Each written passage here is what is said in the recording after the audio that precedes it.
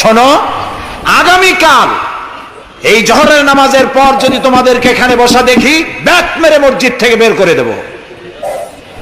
মসজিদে নির্দিষ্ট সময় নামাজ পড়তে আসবে, বাকি সময় কাজ করতে হবে মানুষের জন্য, নিজের জন্য, জনগণের জন্য, রাষ্ট্রের জন্য। এর নাম ইসলাম। এর নাম কি? ইসলাম। বাস্তবমুখী, বৈরাগ্য নয়। আপনি দিন কায়েমের জন্য, আল্লাহর বেশি জিকির আজগার করার জন্য জঙ্গলে যাবেন, লা রাহবানিয়াতা ফিল ইসলাম। ইসলামে বৈরাগ্যবাদকে সমর্থন করে না।